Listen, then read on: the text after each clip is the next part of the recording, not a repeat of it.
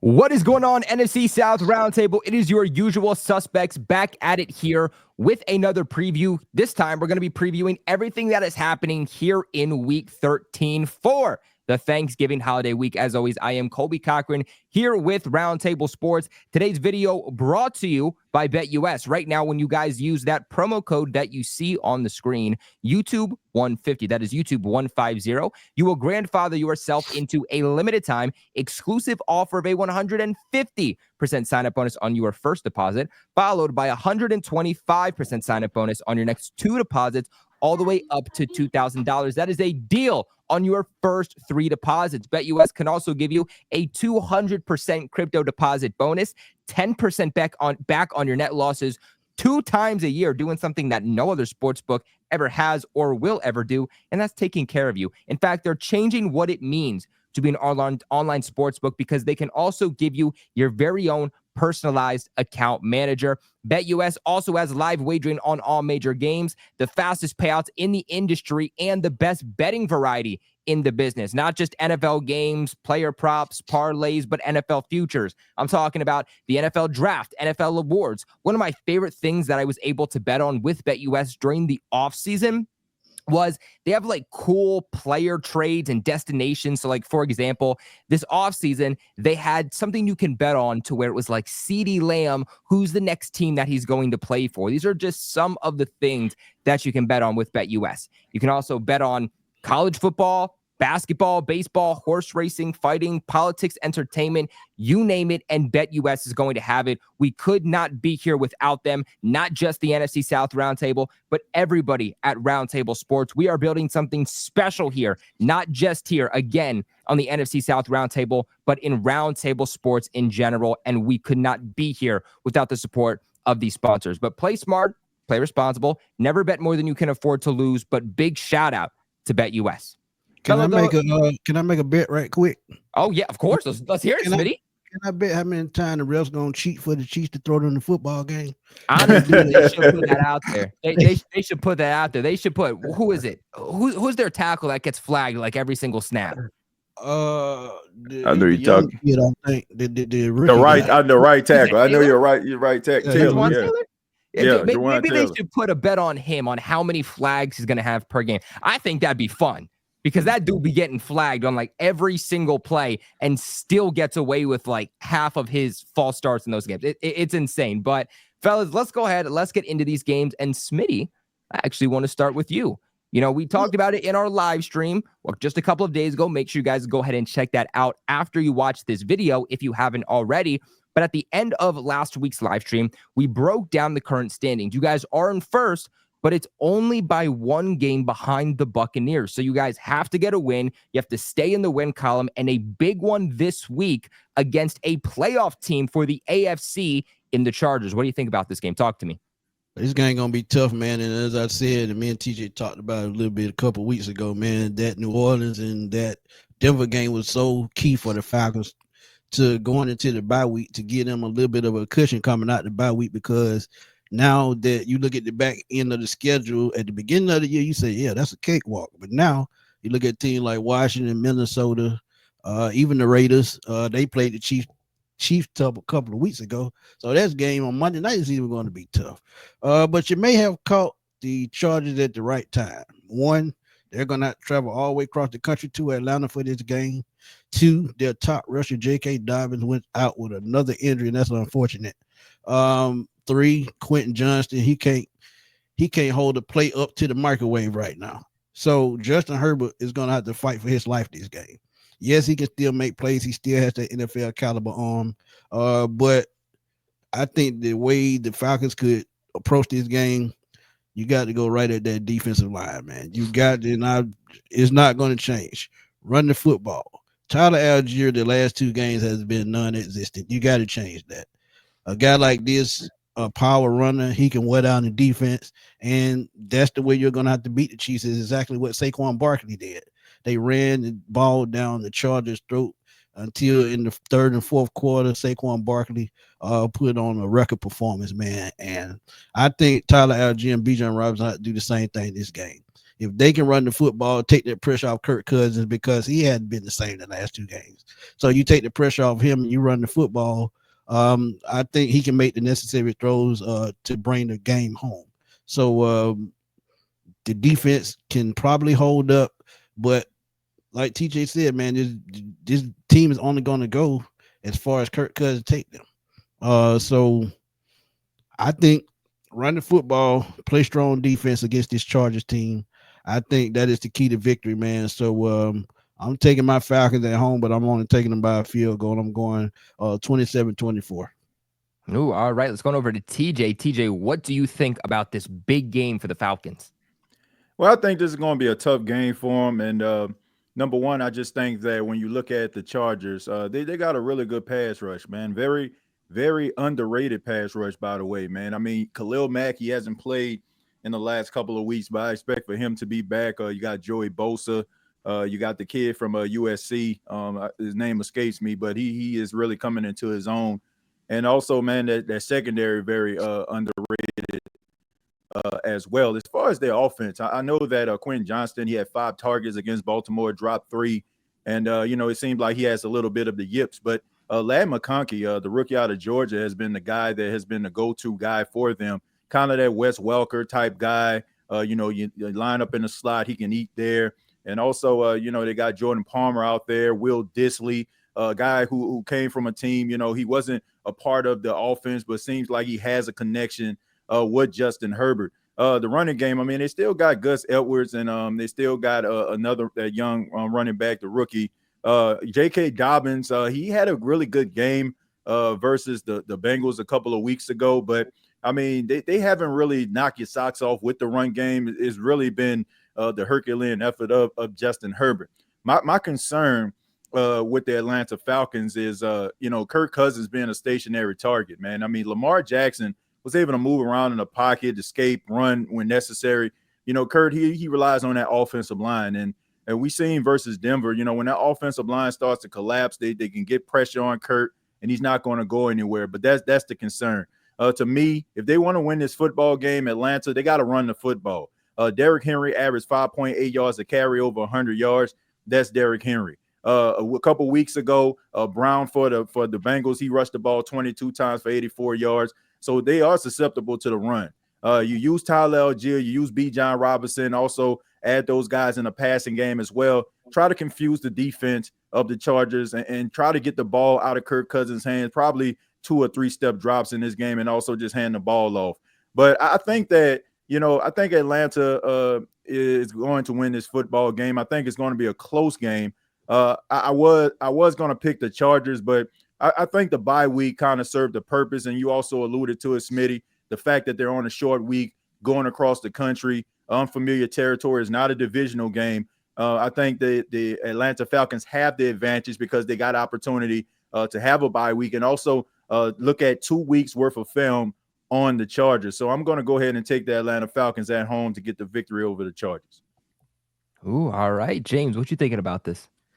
Yeah, I think that this is going to be a tough game for the Falcons, much like what TJ was saying. I think they are going to have to rely on their playmakers and really get back to what was winning them games early on before they lost a couple of games in a row here. That's relying, again, on their playmakers. Kyle Pitts, Drake London, get Darnell Mooney more involved, Bijan Robinson, Tyler Algier again. That's just offensively. Because, again, you still have Joey Bosa in that mix. You still have some good linebackers like Denzel Perriman is in there. Khalil Mack is in there. Derwin James is in there at safety. Like, this is a very just tough Chargers defense, right? Yeah. Offensively, for the Chargers versus the Falcons defense, something's got to come up here with this pass rush for the Falcons, right? I know that the wide receiver room of the Chargers is not the best in the world, but if you give any quarterback time, and give any wide receivers time, eventually guys will find ways to get open in the NFL, right? So I think that you need to finally see something in this pass rush get going here for the Falcons. And even just the front seven in the run game. Because look, again, J.K. Dobbins did have that knee injury, but Gus Edwards is still an interesting back. You have Hassan Haskins in there as well. So this is just a very gritty Chargers team. right? They played the Baltimore Ravens down to the wire. Jim Harbaugh is one of the better coaches in the league. I'm happy he's back in the NFL. I think he's a very good coach in this league. I don't think this will be an easy game for the Falcons. There is, again, something to be said about the Chargers going from the West Coast over to the East Coast. But I do still have the Chargers taking the win here. I think that they're going to be looking for some modicum of not revenge, but a bounce back of their own after a tough loss against, Jim Harbaugh's older brother. And again, they're just a hard-nosed football team. And I do believe the Falcons do have some pieces. And I think it will be a close game, but I do I should say, cautious about Raheem Morris and his coaching staff right now, specifically on the defensive side with Jimmy Lake, their DC. It's worrying a little bit just to kind of see how things have been going lately. So I do believe they will continue to stumble a little bit more here against the Chargers. Ooh, all right. And Clay, wrap us up here. Who are you taking in this matchup? Yeah, I think Atlanta coming off this bye week is huge for them, right? This team is definitely 3-3 at home, which is not something you want to write off saying, really. And the defense has been questionable at best for the Falcons, and that's due to their defensive coordinator, honestly. Justin Herbert is coming to town. Dude's an absolute gunslinger. I'm a huge Justin Herbert fan. I think he's a little bit underrated than a lot of people give him credit for. He's been carrying this Chargers team like an overworked pack mule, basically. But with injuries piling up around him, Herbert has what it takes, I think, to exploit Atlanta's defense and grind out a road win. It's going to be, I think it's going to be a great football game. I think it's going to be very close. I just got to give the Chargers the edge here because their defense is playing lights out as well right now. Give me the Chargers. This is going to be close. I'm going to say 22-20. Ooh, this is going to be a fun one, and definitely my game. Maybe not my game of the week, but one of my top 3 games of the week for sure. Guys, let us know in the comment section below. Who are you taking? Are you taking the Falcons? Are you taking the Chargers in a big playoff matchup? But I want to go on to our next game. And TJ, you're coming off of a bye week, and you guys are playing the Rams. Now, the Rams have been wildly inconsistent this season. I mean, they're a playoff team in 2023. They come in here, lots of injuries. They don't live up to expectations, but they are the definition of any given week. And with a veteran quarterback led by Matthew Stafford, you can never discount this team. What are your thoughts on this? Well, this is going to be a tough game for the New Orleans Saints, no doubt about that. For the last couple of weeks, the Saints have kind of been riding high on, just emotion, the emotion of losing a coach and the fact that Darren Rizzi is the interim coach. They're trying to play for him. He kind of shook some things up, moved some things around, and honestly are allowing players to basically be themselves. You see a little bit of an uptick with Cam Jordan. He went from having about 10 to 12 snaps under Dennis Allen to about 40, 50 snaps a game. And also they've been utilizing guys that can make plays like Taysom Hill and utilizing Alvin Kamara, and Marquez Valdez-Scantling has been like a pleasant surprise. I looked at that game on Sunday night where the Rams, they played against Philly. Look, I just think that wasn't an indicator of what the Rams are. Philly is just on another level right now. They got one of the best offensive lines in football, and Saquon Barkley is playing motivated. I mean, we all heard the Hard Knocks. Well, we seen a Hard Knocks episode where the GM called him and made it seem like he was just washed and they didn't want him anymore.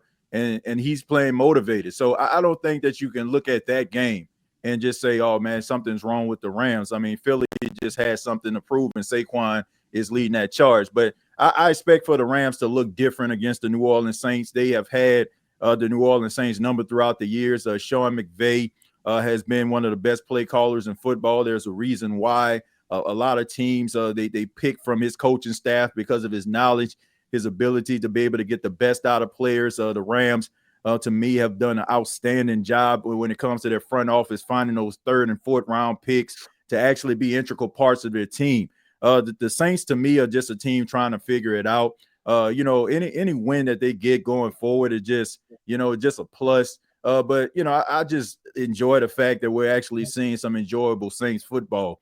I don't think that the Saints have turned the corner to a point where we're talking about them making a huge run or making it to the postseason. It's just a week by week basis. And, I'm one of those real, Saints fans that just see it for what it actually is. You take the wins with the wins and the losses with the losses here. And I just think that they're probably going to lose to the Rams in this game. I think that they're probably going to be competitive because for the last couple of weeks they have been. I think that they'll probably come out with a game plan, but I'm still concerned with the second half adjustments, man. They always come out like a house on fire. Those first 15 plays from the Saints and that first half always seems to be on point. Then when they go to the half, when it's time to make those adjustments, that's when you start to see the bottom start to drop here. So it wouldn't surprise me if they're neck and neck going into the half, and then you see the Rams kind of pull away towards the end. If the Saints just so happen to go and come out and with a victory in this game, I think that's when you really have to consider Darren Rizzi to be the future head coach of this football team. Look, you're not going to no disrespect, Smitty, but playing against the Falcons, I just think that they probably looked at that as an interim bump. You're playing against a 2-win Cleveland Browns team. Nobody's shocked that you beat a 2-win team. But when you're talking about beating a Sean McVay-led team, when you got Cooper Kupp and Puka Nacua and Matthew Stafford on the offensive side of football and all hands on the deck defensively, if you can find a way to win that football game, you got to start taking Darren Rizzi seriously as a future candidate for the head coaching job permanent. But I don't think that they're going to win this football game seriously. I got the Rams beating the Saints. Ooh, all right, James, what are you thinking about this? Yeah, see, I'm actually going to go with the opposite. I'm going to take the Saints in this one. Okay. I've really came away impressed with what I've seen from the Saints recently. I feel like they are playing more energized under Darren Rizzi. And it just seems like things are starting to click more. You're starting to see elements of that offense kind of come back from what you saw for the first couple of weeks, especially with like Marquez Valdez-Scantling, having that quick, developed chemistry with Derek Carr. And then defensively, like you said, TJ, you're starting to see just more guys start to play more and guys start to step up a little bit more in certain types of situations. Colby said at the beginning here, like the Rams have been a team that have been pretty unpredictable. I would say overall things have been pretty disappointing for the Rams this year. In terms of the post Aaron Donald era and whatnot. They still have a lot of good players on that roster, but they've also had their fair share of injuries and also just lackluster play in certain moments as well. I think this is going to be a very tough game. I mean, honestly, this is one of the more interesting, do you guys call it an out of division rivalry basically between the Rams and Saints with all the, that playoff history that happened and whatnot, So I would say a rivalry. I would say a rivalry renewed. I mean, they used to play in the same division, during the time when the Rams were the then St. Louis Rams with the greatest show on turf, with Kurt Warner and, Torrey Holden, all those guys. They were in the same division. So I would say a rivalry renewed. And also, there's no love lost. You mentioned it, James. I mean, the NFC Championship game, the game where the Saints actually won their first playoff game was against the Rams. So I guess there is some historical significance, and there's definitely no love lost when they beat one another. I can tell you that. For sure. So I think these two teams are definitely going to play hard against one another. I think it will be a close game, but ultimately I do take the Saints here in this tough matchup. I think that they're going to continue to build on some of that momentum. And honestly, yeah, I think Darren Rizzi is going to continue to really make it a tough decision for the Saints organization to either move on from them or keep them, he's going to make that decision harder here. So I do have the Saints pulling off, I guess you could call it an upset here and beating the Rams. All right. I like it. Clay, what about you? Taking the upset or not? I feel like this is a 50-50 game. This is a matchup that feels like two drunk guys fighting over the last bar stool. That's the way I look at it. I'm serious. The Rams, they're trying to pretend they're still relevant in the playoff race. And their offense it's broken right now. Meanwhile, the Saints are trying to convince themselves that 2 straight home wins makes them scary again. And I think that the Saints right now look like the better team, honestly, on tape. They look like the better team than the Rams do. Both of these teams are a complete mess. I feel like there's some identity issues with both of them. The real story here is going to be who has the stronger run game, right? With Alvin Kamara going up against Kyron Williams, that's going to be an interesting to see. The Rams feels like they're allergic to running the damn ball for some odd reason. I don't know why. They're 1-5. If you go look this stat up, they're 1-5 when their ground game is a no-show. So what does that tell you? And and I honestly think this game's a toss-up. If the Rams can even muster half the effort in the run game, they could scrap by. But let's not forget the New Orleans Saints. It's just something about that. They just self-sabotage themselves in these types of games. Like, they might keep it close, but some boneheaded mistake, whether it's a fumble or some kind of penalty, always seems to seal their fate in some type of way. And I'm going to say this game's close. I'm just going to take the Rams. I think that I think they're a better talented team. It's just that they've just got to put the pieces together. And right now I'm going to take the Rams over the Saints. So I think it's going to be close. I think it's going to be a field goal game. I'm going to say Rams 20, Saints 17. All right, Smitty, what are you going to do? Are you going to side with Clay and TJ, or are you going to side with James? Let me know. This game going to be a toss-up, I agree. But what I think is going to come down to, and TJ alluded to it, is going to be those random receivers against the Saints secondary. That's going to be the key. And you got to take Matthew Stafford in that case, because he has chemistry with Cooper Kupp and Puka Nacua. And like you said, Kyron Williams, you need to run the football, but they almost gave up 400 yards to Jameis Winston. So I'm taking the Rams. I think the Rams are going to they still in the division race. I think they're on a game behind, and they're still in the race. So I think they have more to fight for. So I think Sean McVay picks the troops up, and Matthew Stafford throws for 300 yards and 3 touchdowns, and they come out with the win. I'm going to go 24-17 Rams. Ooh, all right. This is definitely going to be a game to watch. As always, we want to hear from you guys in the comment section below. Let us know who you're taking. Are you going to take the Saints, who seem to be going on a little bit of a run here, stringing together some games with an interim head coach, or are you going to take Matthew Stafford and the Rams? Let us know. But let's go ahead and let's get into the last game here for the division in week 13 between the Buccaneers and the Panthers. Both teams have some momentum late into the season. Who is going to prevail? James, let's start with you. Yeah, this is going to be an interesting game. Obviously, the Carolina Panthers have a lot of momentum in their favor. They've won 2 out of their past 3 games. They went toe-to-toe with the Kansas City Chiefs. They do have a lot of momentum in their favor. They do have the 24th ranked rushing offense in the league right now, the 32nd ranked passing offense in the league right now. So they still have a lot to prove offensively right now. That isn't said that offensively they don't have, anybody. Like Chuba Hubbard's been great this year, and their offensive line, I feel like, has done a really good job as well, especially in terms of run blocking, right? Defensively, things are a little bit interesting. The Panthers right now are the second lowest in sacks this season. They have 17 sacks as a team. The only team below them is the Falcons with 10. So that's going to be a bit of an interesting question as well for Carolina defensively against the Bucs. I think this could be a game where Cade Otton shows some good stuff. Carolina has allowed the third most passing yards to tight ends this year. Cade Otton has done some really good stuff throughout this season. So that may be a key there, where again, like we've talked about Cade Otton getting more involved, the running backs getting more involved, and even now with Mike Evans coming back. Division games are always tough, right? They're always tough. So the Bucs are going to have to be on their P's and Q's on the offensive side of the ball. Because Carolina has kind of a middle of the pack to I would say a decent defense against wide receivers, right? So I don't think it's a guarantee where Mike Evans is going to go out there and just, Mike's back, but that is where you can possibly see the running backs have some more involvement going forward.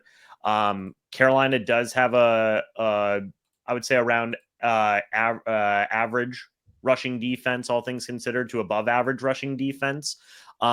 So it's going to be interesting to see what game plan the Bucs come up with offensively. Defensively, for the Bucs to have success, I think you have to continue to see the pass rush take form. The Bucs do have 32 sacks this year, but like what we talked about in the live stream, a lot of that's from the defensive line. These edge rushers have not shown, anything really this year in terms of getting after the quarterback. And, Bryce Young does have a lot of good momentum on his side right now. I think one way to kind of take away some of that momentum is to rattle him a little bit. And that's with any quarterback. You have to try and get after the quarterback, right? I think you can't let the Carolina Panthers take control in terms of the rushing attack, because they've done a very good job of that at points this year, where they kind of control the game more in their pace by running the ball to Chuba Hubbard and having success with that, and then kind of picking away a little bit here and there with the passing attack. So the Bucs can't really allow that to happen. I think that you need Kalijah Kancey and Vita Vea to step up.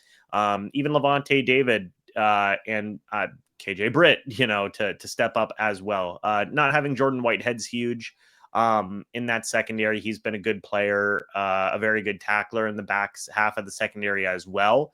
But I also think getting Jamel Dean back last week was huge. And it's always tough. It's always tough playing divisional games. So I think this is going to be a close matchup for sure. Especially with Carolina really riding high in a lot of momentum. It's Dave Canales' old team. There's a lot of different guys who play for the Panthers who used to play for the Bucs now. David Moore, I think Cam Gill's still on that roster somewhere. There's a few guys on that team in Carolina who, want to get after it against their old team. So I think it will be close, but I do have the Tampa Bay Buccaneers winning this one in what I do believe is going to be a close divisional game. I'll say 24-20 will be the final score. All right, let's get the flip side of this and then go over to Clay, our Panthers representative. Clay, what do you think? Are you going to jump off the high you guys have been on over the last few weeks, or is this where you start coming back down to earth a little bit more? I think that the game will tell us that, honestly. Yeah, but my expectations is to coming off this fresh game, outplayed the expectations against the Kansas City Chiefs, and mainly Bryce Young doing that. You got Baker Mayfield on the other side, love him or hate him. I mean, the guy's putting up some damn good numbers. I kind of give the slight edge to Tampa Bay in that category, but if Young, on the other hand, is still climbing, right? And if he can continue off that momentum and the consistency we've seen and the poise we've seen in the pocket and the accuracy and the more zip we've seen on his ball the past 4 games, basically we've started to see this trajectory of him improving since the Broncos game. So the big key here for Carolina is stopping Bucky Irving and Mike Evans. Like, that's going to be the huge thing, because our defense is bottom tier in the league against the rush. JC Horn can't babysit this secondary the whole game with Mike Evans out there, freshly back from a hamstring injury, right? But you've got a Bucky Irving that scares me with how he just runs the ball and how much of an X factor he can be out there, and how much of a pass catcher he can be. He could just do it all. And it seems like the league right now, this is something we could talk for hours about, but it seems like the NFL as a whole is kind of transitioning from this passing league to almost, it feels like the running back value has actually gone higher this year. So, in my opinion. So, but can the Carolina offense keep up with this Bucs offense? Again, we shall see. It's got to, continue. I think our offensive line is going to continue to do what they've done all season long, which is be top 5, top 10 in the lowest pressure rates. When you've got guys filling in for, Austin Corbett, Cade Mays coming off a practice squad from New York, we brought him back. He has stepped in very well, but the Robert Hunt and Damian Lewis have been the anchor on this offensive line, and they've been able to open up holes for Chuba Hubbard. I think this is a game where Chuba Hubbard and Jonathan Brooks total together should have between 25 to 30 carries to compete. I really don't want to really try to put this ball back into Bryce's hands, but if it has to be, let's hope that we see what we saw against the Kansas City Chiefs, right? Overall, I think Carolina's going to put up a fight. This is one of the games that I predicted on my show the other day that they would win. And I'm going to stick with that. I think that they're going to win, this game being at home. If we were at the Bucs, I would say differently, but I think that we put up a fight. I think we're able to capitalize on some of Tampa Bay's defensive weaknesses and I think that our run game is going to ultimately prove to be too much, and our offensive line is going to be too much to handle for their D-line. And this one's going to hurt, but I'm going to take the Panthers 27. I'm going to take the Panthers 27, Bucs 21.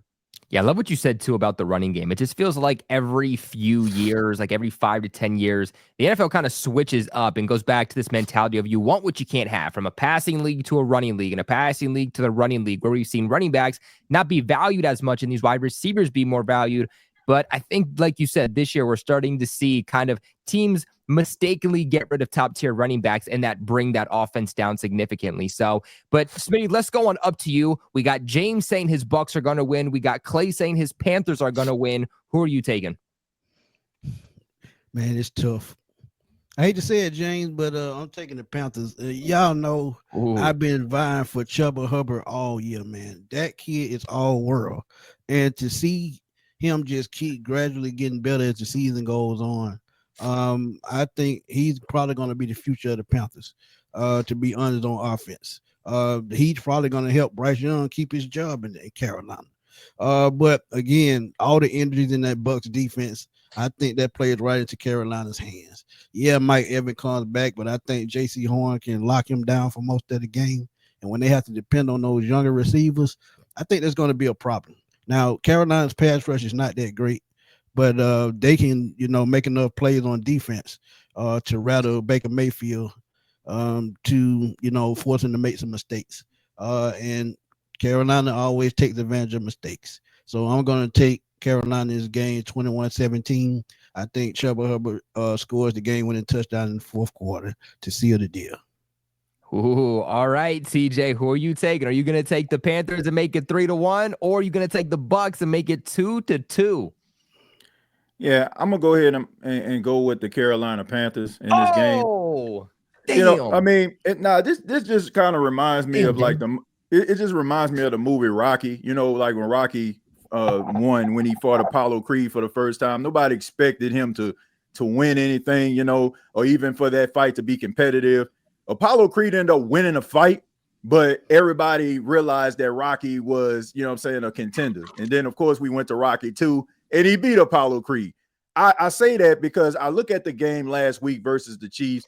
Nobody expected Carolina to do anything, right? But they went toe-to-toe with the absolute best. But you know what that did? That gave them confidence.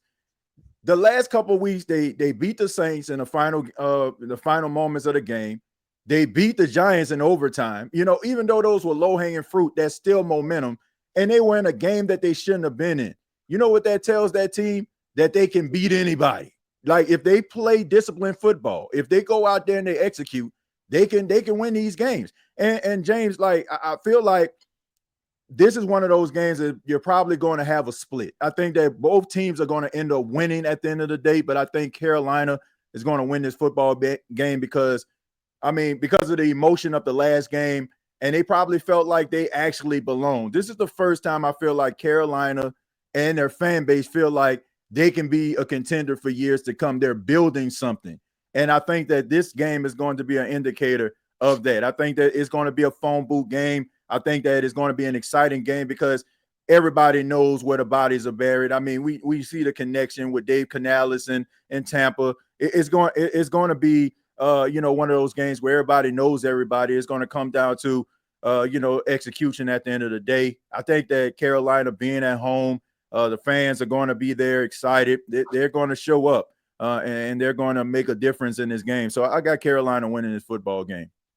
Ooh, guys, I definitely want to hear your thoughts about this one in the comment section below. A big in-division game against the number 2 place in the division, Buccaneers, versus the 4th place in the division, Carolina Panthers. Like I said, both gaining some momentum right now. We got James being the lone underdog, taking the Bucs this week, while we got Smitty, TJ, and Clay all taking the Panthers. James, you might feel alone right now, but damn if you win, you are going to have bragging rights the entire week. Guys, that is going to end it for today's video. Please make sure you guys leave a big like on this video on your way out. Supports us so much here at the NFC South Roundtable and Roundtable Sports. Make sure you guys subscribe to these guys' individual channels. Links in the description box below. We want you to support this channel, but we also want you guys to support these creators outside of this channel too. Another big shout out to BetUS. Make sure you guys use that promo code to get that exclusive time offer. But until next week, stay safe and enjoy the holidays.